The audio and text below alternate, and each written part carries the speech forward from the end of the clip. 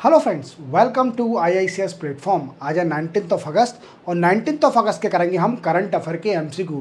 मैं आपको एक इन्फॉर्मेशन देना चाहूँगा कि ये करंट अफेयर MCQ का video regularly at early morning 8 o'clock आता है, तो आप तैयार रहें। बिल्कुल MCQ के सुबह सुबह मॉर्निंग में वीडियो देखें, वीडियो MCQ के। चलो वीडियो स्टार्ट करते हैं without wasting our time.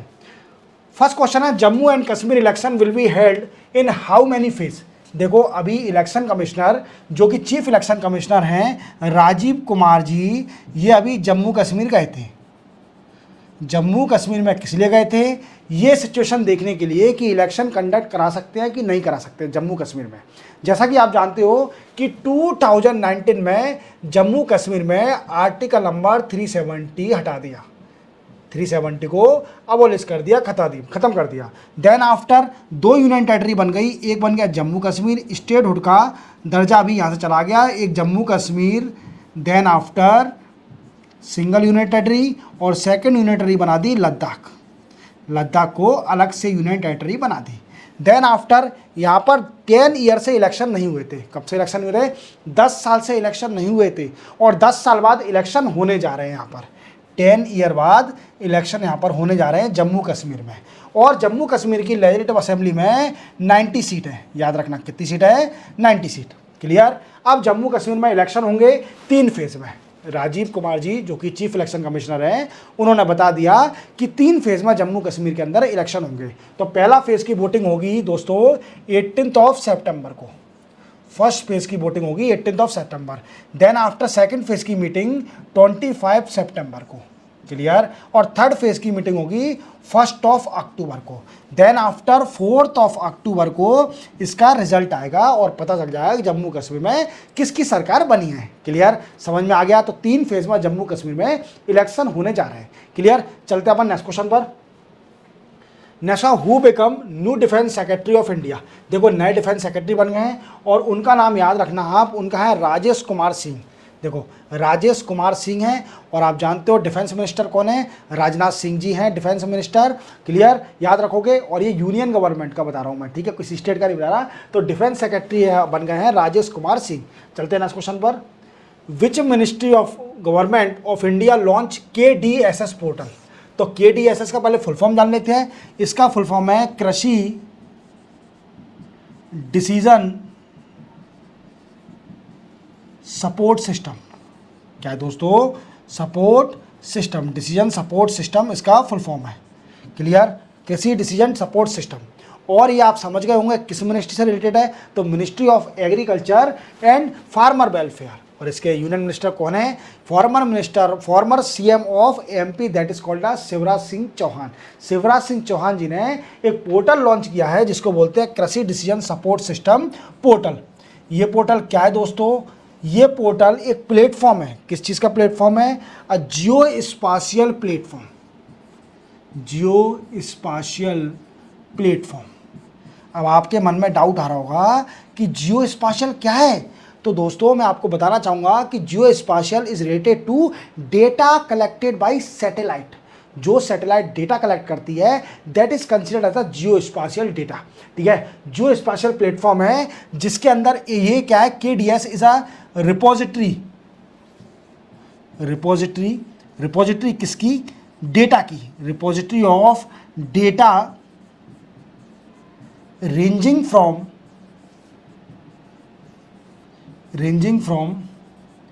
Crop से related, then after ground water, climate से रिलेटेड, देन आफ्टर इसके बाद weather,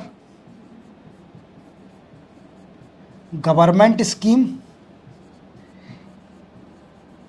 and plan related to agriculture. तो किसान को डिजिटल करने के लिए मैंने आपको प्रीवियस लेक्चर में ये भी बताया था कि एग्रीकल्चर मिनिस्ट्री ने नेशनल पेस्ट सर्विलेंस सिस्टम भी स्टार्ट किया है। इसमें क्या करा जाएगा कि जो एग्रीकल्चर साइंटिस्ट और एक्सपर्ट हैं उसको कनेक्ट कर दिया जाएगा with a farmer by mobile phone. तो जितने भी फार्मर हैं वो डिस्कस कर सकते हैं एग्रीकल्चर साइंटिस्ट और एक्सपर्ट से रिलेटेड टू पेस्टिसाइड। क्लियर? अब क्या है दोस्तों, मैं आपको जानता हूं कि जियो स्पाशियल प्लेटफॉर्म ये क्या है? ये एक KDSS पोर्टल लॉन्च किया है। सरकार ने क्या किया है? KDSS पोर्टल लॉन्च किया है और इसका फुल फॉर्म क्या है? Krishi decision support system. ये पोर्टल एक जियो स्पाशियल प्लेटफॉर्म है that have a repository of data ranging from crop, weather and other activities, government scheme, plan and each and every information related to agriculture in this portal. And farmer can easily access each and every information to enhance the productivity of agriculture. Clear? चलते अपन next question पर। Bhavishya software related to which field? देखो Bhavishya portal launch किया है अभी सरकार ने, भविष्य सॉफ्टवेयर लॉन्च किया है, पोर्टल भी बोल सकते हैं, सॉफ्टवेयर लॉन्च किया है। आप जानते हो दोस्तों कि कई सारे हमारे देश में पेंशन होल्डर हैं, मीन्स कई सारे रिटायर हो जाते हैं गवर्नमेंट सर्विस में और उनकी पेंशन कभी कभी रुक जाती है और कुछ बड़ी बड़ी प्रॉब्लम हो जाती है पेंशन में, तो उसका रिजोल्यूशन निकालने के लिए सरकार ने एक भविष्य पोर्टल दिया है। इसमें जो पेंशन होल्डर है, जिसको पेंशन मिलती है, अगर किसी कारणवश उसकी पेंशन में कोई प्रॉब्लम आती है तो उसकी वो शिकायत दर्ज कर सकता है भविष्य सॉफ्टवेयर में, जिससे उसका रिजोल्यूशन हो सकेगा, शिकायत का रिजोल्यूशन हो सकेगा। तो आपको समझ में आ गया होगा कि भविष्य सॉफ्टवेयर रिलेटेड टू पेंशन। ठीक है, चलते हैं अपन नेक्स्ट क्वेश्चन पर। Munda scam related to which state? देखो दोस्तों अभी ये लेटेस्ट न्यूज़ है। मुंडा स्कैम आप जानिए, मुंडा का फुल फॉर्म होता है दोस्तों Mysore urban development authority. Clear? अब ये न्यूज़ में क्यों है? तो ये स्कैम करप्शन हुआ है और अभी जो गवर्नर है कर्नाटका के, उन्होंने, जिनका नाम है थावरचंद गहलोत जी ने अभी वीकेंड से परमिशन दे दिया है कि सीएम के खिलाफ कंप्लेंट हो सकती है, सीएम के खिलाफ कंप्लेंट हो सकती है और कोर्ट में प्रोसिक्यूशन भी इनके खिलाफ होगा। अभी कर्नाटका के सीएम कौन है आप जानते हो? सिद्धारमैया जी सीएम हैं और इन्हीं से रिलेटेड है ये स्कैम जिसका नाम है मुंडा स्कैम। क्या हुआ था दोस्तों कि मैंने आपको अभी डिटेल करंट अफेयर में बताया है 18 अगस्त के में कि ये पूरा समझाया है, तो आप मुंडा उसको देखिए, पूरा समझ में आ जाएगा कि ये न्यूज़ क्या है। इनकी पूरी फैमिली इन्वॉल्व है, even brother in law CM का, इनकी वाइफ जिनका नाम है पार्वती बीएम, वो भी इसमें इन्वॉल्व है। अब वो कैसे इन्वॉल्व है तो आपको 18 अगस्त के डिटेल करंट अफेयर वीडियो देखना पड़ेगा। फर्स्ट न्यूज़ में ही मैंने आपको मुंडा स्कैम के बारे में पूरा डिटेल में समझाया है। क्लियर? तो ये किस स्टेट से बिलोंग है? ये है कर्नाटका स्टेट से बिलोंग, याद रखोगे। चलते अपन नेक्स्ट क्वेश्चन पर। नेक्स्ट क्वेश्चन है recently which disease declare as public health emergency of international concern by WHO। देखो वर्ल्ड हेल्थ ऑर्गेनाइजेशन ने एक डिसीज को public health emergency of international concern declare कर दिया है।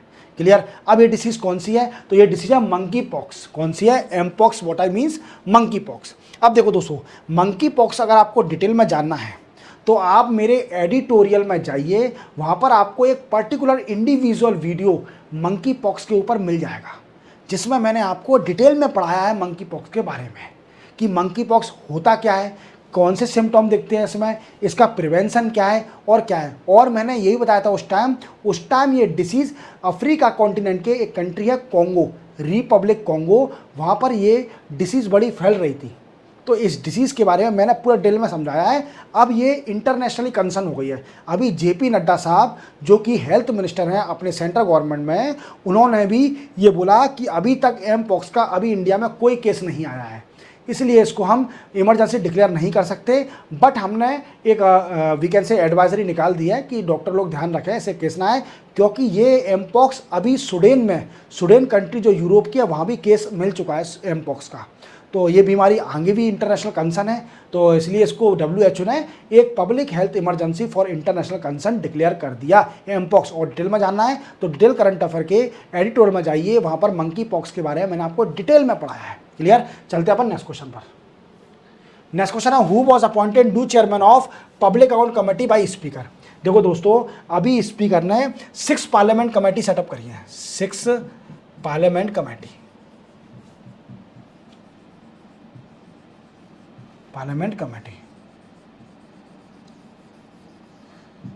सिक्स पार्लियामेंट कमेटी सेटअप करी है और इनको आप जानते होंगे, ये हैं KC वेणुगोपाल।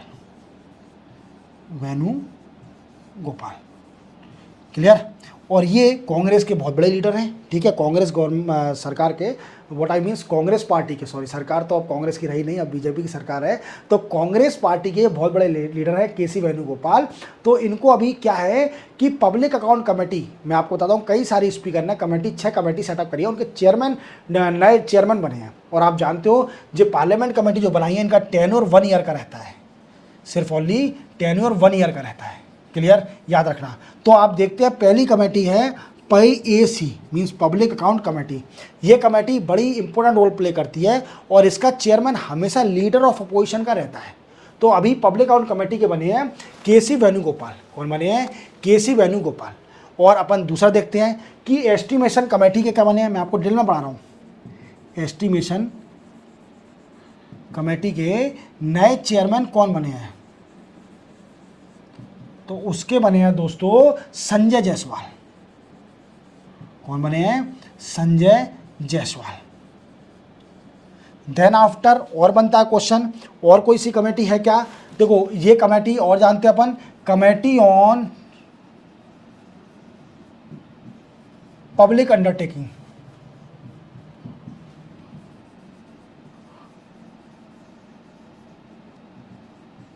इसके चेयरमैन बने हैं बैजंत पांडा। कौन बने हैं? बैजंत पांडा। और नेक्स्ट कमेटी हम रखेंगे याद, committee on welfare of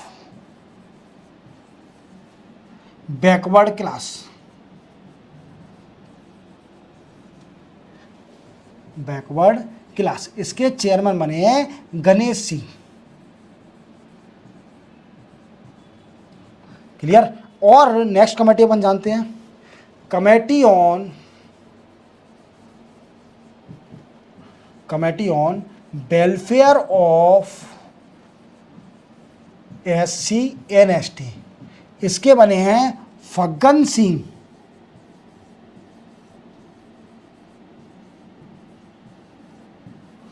Kulaste, Faggan Singh Kulaste, याद रखोगे। देखो एक और चीज़ याद रखना, पब्लिक अकाउंट कमेटी जो है ये सिर्फ ओनली इसका चेयरमैन लीडर ऑफ अपोजिशन का रहता है। और अभी के सी वेणुगोपाल सिर्फ ओनली एक ही लीडर ऑफ अपोजिशन है इसमें पब्लिक अकाउंट कमेटी में। और जितनी भी मैंने अभी कमेटी बनाई है इसमें सिर्फ ओनली जिसकी सरकार होगी, जिस पार्टी गवर्नमेंट होगी उसी का बनता है।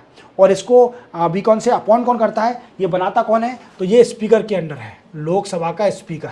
और वो कौन है? आप जानते हो ओम बिरला जी साहब फिर से स्पीकर जो बने हैं वो हैं इसके जो कमेटी बनाने वाले मालिक। क्लियर।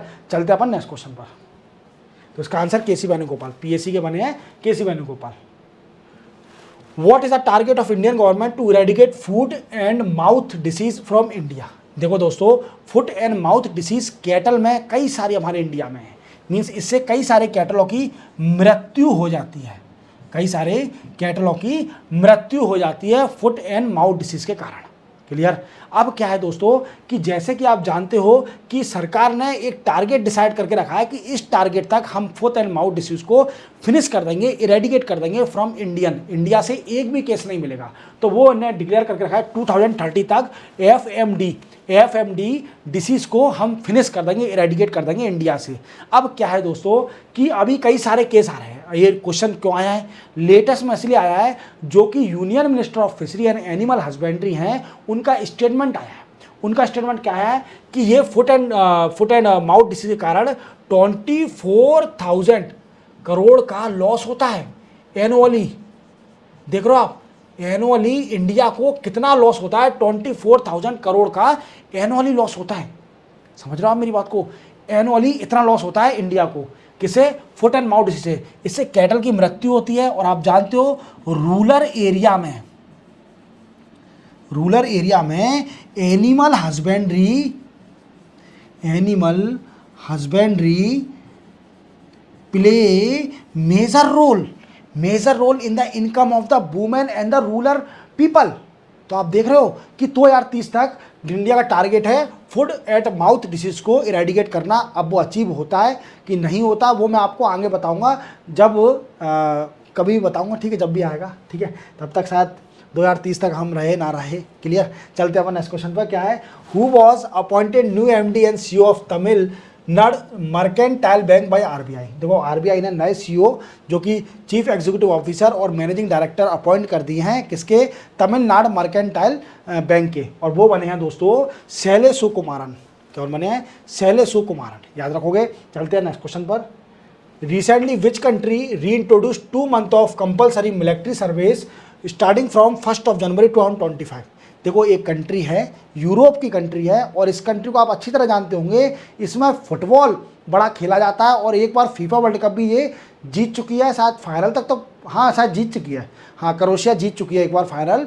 और इसी के साथ आप देखना कि क्रोएशिया जो कंट्री है यूरोप की, इसने री इंट्रोड्यूस कर दिया है कंपल्सरी मिलिट्री सर्विस, और ये 2 महीने के लिए करा है। और कब से स्टार्ट होगा, ये 1 जनवरी 2025 से स्टार्ट हो जाएगा। और कंपलसरी मिलिट्री सर्विस क्या होता है, तो कंपलसरी मिलिट्री सर्विस ये होता है कि हर आदमी जो सिटीजन होगा इस कंट्री का, वो मिलिट्री की ट्रेनिंग जरूर लेगा एक ना एक बार। अब ऐसा डिसीजन लिया क्यों गया है, तो ये डिसीजन लिया गया है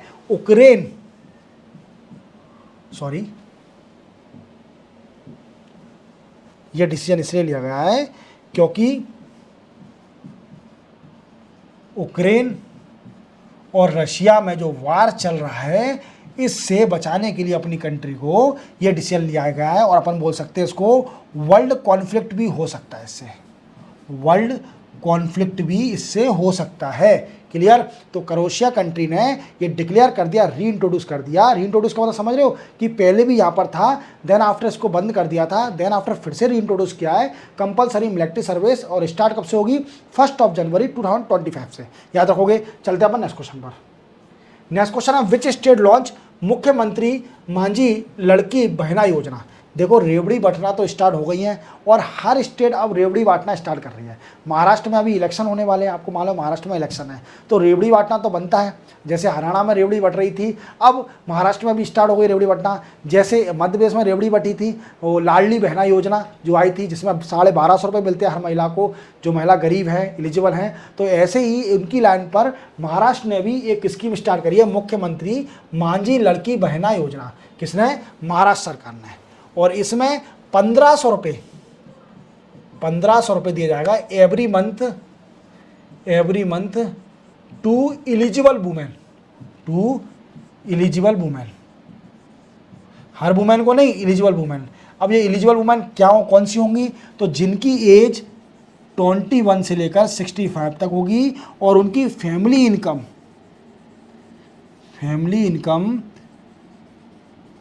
लेस देन